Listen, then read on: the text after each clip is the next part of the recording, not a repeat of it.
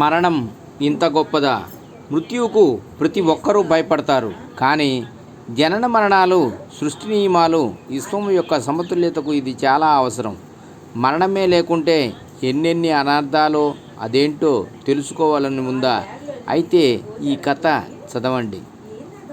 ఒకసారి ఒక రాజు తన రాజ్యం వెలుపల ఒక చెట్టు కింద కూర్చున్న సన్యాసి వద్దకు వెళ్ళాడు.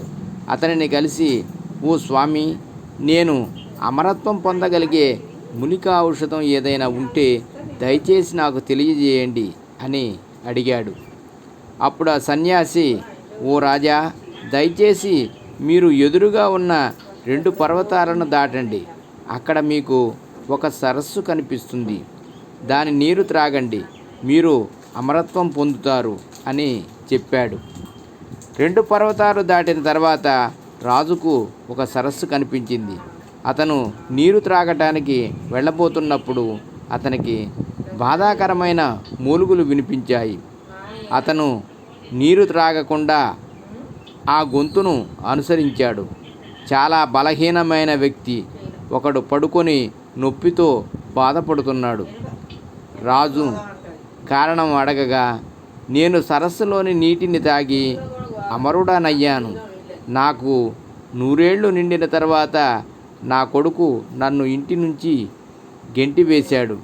గత 50 ఏళ్లుగా నన్ను చూసుకునేవారు లేకుండా పడి ఉన్నాను. నా కొడుకు చనిపోయాడు. నా మనుమలు ఇప్పుడు వృద్ధులయ్యారు. నేను కూడా తినడం మరియు నీరు త్రాగటం మానేశాను. అయినా నేను ఇంకా బ్రతికే ఉన్నాను. రాజు ఆలోచించాడు. అమరత్వం మరియు వృద్ధాప్యం యొక్క ప్రయోజనం ఏమిటి? నేనే అమరత్వంతో పాటు యవ్వనం పొందితే? పరిష్కారం కోసం మళ్ళీ సన్యాసి దగ్గరికి వెళ్ళి అడిగాడు, నాకు అమరత్వంతో పాటు యవ్వనం కూడా లభించే మార్గం తెలపండి అని. సన్యాసి ఇలా అన్నాడు, సరస్సు దాటిన తర్వాత మీకు మరొక పర్వతం కనిపిస్తుంది. దాన్ని కూడా దాటండి. అక్కడ మీకు పసుపు రంగు పండ్లతో నిండిన చెట్టు కనిపిస్తుంది. వాటిలో ఒకటి తీసుకొని తినండి. మీరు అమరత్వంతో పాటు యవ్వనం కూడా పొందుతారు. రాజు బయలుదేరి మరో పర్వతాన్ని దాటాడు. అక్కడ అతనికి పసుపు రంగు పండ్లతో నిండిన చెట్టు కనిపించింది. పండ్లను తెంపి తినబోతుంటే కొందరు గట్టిగా అరుస్తూ పోట్లాడుకోవడం వినిపించింది.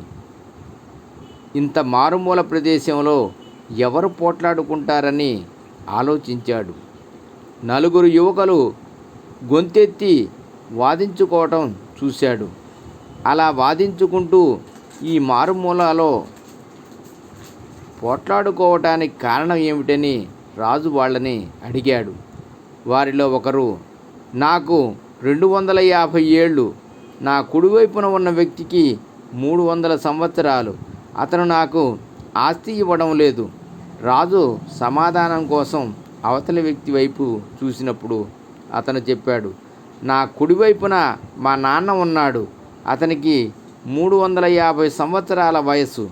అతను తన ఆస్తి నాకు ఇవ్వనప్పుడు నేను నా కొడుకుకు ఎలా ఇస్తాను? ఆ వ్యక్తి అదే ఫిర్యాదును కలిగి ఉన్న 400 సంవత్సరాల వయసు గల అతని తండ్రిని సూచించాడు. ఆస్తి కోసం అంతులేని మా పోరాటాలను చూసి తట్టుకోలేక మా గ్రామ ప్రజలు మమ్మల్ని గ్రామం నుండి వెళ్ళగొట్టారని వారందరూ రాజుతో చెప్పారు. రాజు దిగ్భ్రాంతికి గురై సన్యాసి వద్దకు తిరిగి వచ్చి, మరణం యొక్క ప్రాముఖ్యతను నాకు తెలియజేసినందుకు ధన్యవాదాలు అన్నాడు. అప్పుడు ఆ సన్యాసి ఇలా అన్నారు, మరణం ఉంది కాబట్టే ప్రపంచంలో ప్రేమ అనేది ఉంది. మరణాన్ని నివారించే బదులు మీరు ప్రతిరోజు ప్రతి క్షణం సంతోషంగా జీవించండి.